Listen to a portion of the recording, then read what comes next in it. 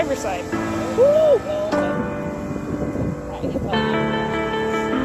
Come up right there. Yep. Looking good over there. Stay right. My passenger. 3 passengers like that.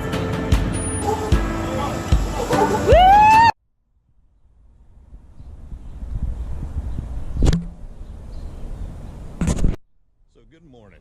So today we're going to talk about light bar harnesses or auxiliary harnesses or harnesses that you need to hook up lights, winches, air compressors, you name it, whatever it is. So check it out.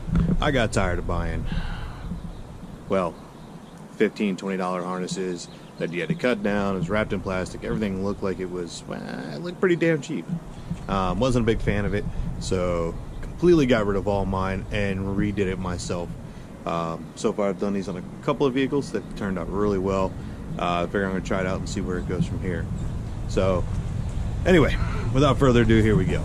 So forgive me, these are all installed on the Jeep. These are all the original prototypes. Everything's gotten a lot cleaner, a lot better. These were just kind of getting them in here, test fitting them, making sure everything worked, the whole kit and boodle. I'll do another one on a Jeep that we've actually put one in where it looks just gorgeous and awesome. But this is just kind of get it out there and see where it goes.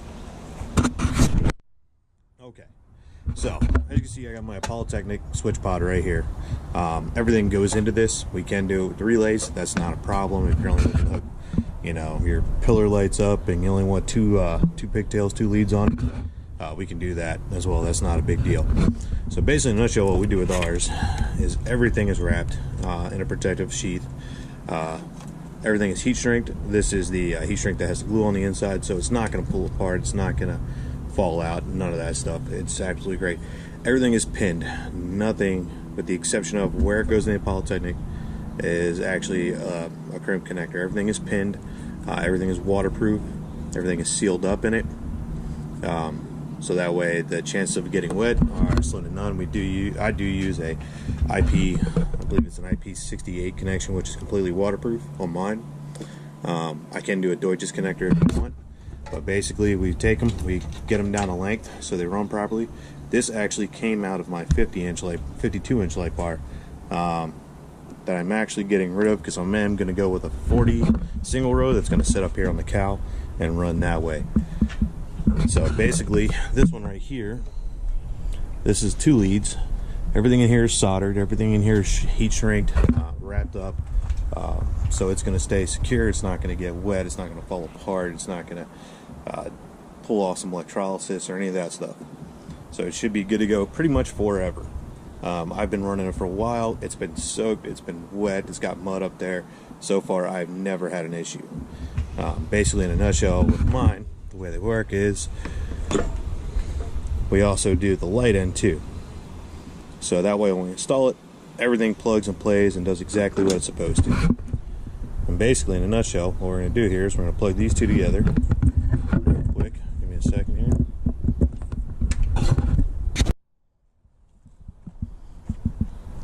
So like I said, this one came off the 52-inch light bar.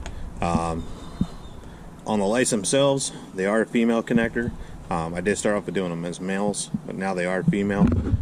And I mean, they work great. They work fantastically. Use a 16 gauge wire for most of the stuff. It handles the wattage, everything that's needed.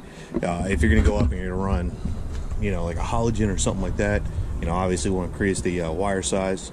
That way it doesn't heat up and it can handle it and do everything it's supposed to without a problem. And pretty much that's about it for right now. Like I said, I didn't say actually, I am going to build a harness for a guy, custom length, everything else. So once I do that, I'll kind of get into how we do it and everything else and show you everything that's there. But as far as sits, everything is cut to length. The harness I got in the back was actually cut originally for these aux beam lights, which will work great, but they've started to dim out and kind of yellow up a little bit. So I swapped out and went to an actual glass house one, which is the side shooters. And so far, these things are just wicked bright. I think they're 160 watts a piece. But anyway, we'll get into that for a different story. So that one's a little stretched out. I'll probably wind up redoing it. I don't cut and splice and add extra length or any of that stuff. I'll just build a whole new harness for it. So that way it's got a little bit of play in it, so it's not stretched so tight. This one does still have some play in it, so I might just try and reroute it and get it a little bit better.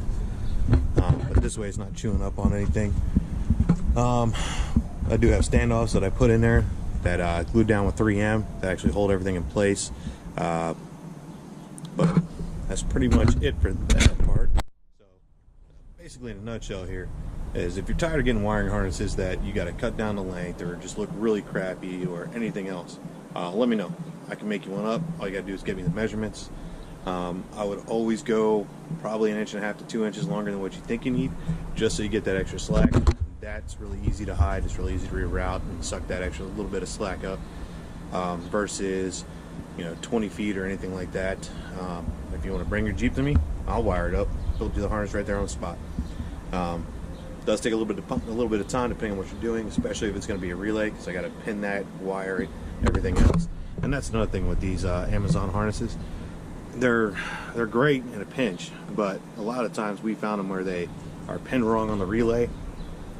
So you got to sit there and pull it apart and repin it, or you got to order another one if you're not comfortable doing that. So let me know what you guys think. Like I said, I'll shoot a couple of photos in here, as far as the one we made for that. And anyway, let me know what you guys think.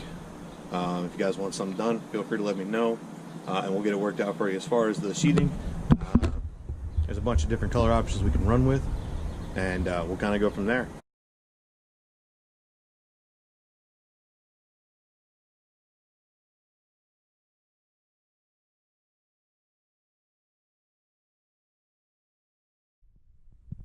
So here we go. This is the male end that goes in.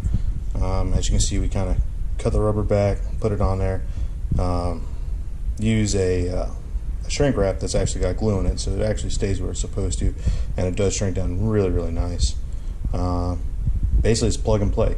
So if you ever get to the point where you want to remove your wires, but you don't feel like pulling out your wiring harness, it's a great way to go, because you can literally just pull it out, unclip it, pull it out, clean what you need to, take your lights off, put them back on, and redo everything. And then there's the 52-inch, and that is the connection that I put on there. Heat shrinked it down, everything else. They work out great. So, like I said, they work out really good. It's great, especially for guys with big light bars. You get that dirty, nasty area right behind the light bar that you got to scrub and everything else. You can't really hit it with a window squeegee. You clean windows at the gas station because nothing ever really fits behind there. So it works out great for those days that you actually want to pull everything off, detail your Jeep, actually get it back to looking really good before you go out and screw it up that day or the next day or at some point in time in the dirt and the mud and everything else. It works out great for places, for guys who go mudding. If you get into an area that just packs full of mud and you got something down there, just unclip it, pull it out of the way, wash that whole area down, dry it out, clip everything back together, and you're good to go. Even if you don't want to pull it out, it still works out really well. So anyway, you guys let me know what you think. Like I said, I'm gonna build another one here this week for someone. We'll kind of go over that, kind of show you guys how I build it, everything else, a little bit. Anyway, you guys let me know what you think, and feel free to let me know. I appreciate it.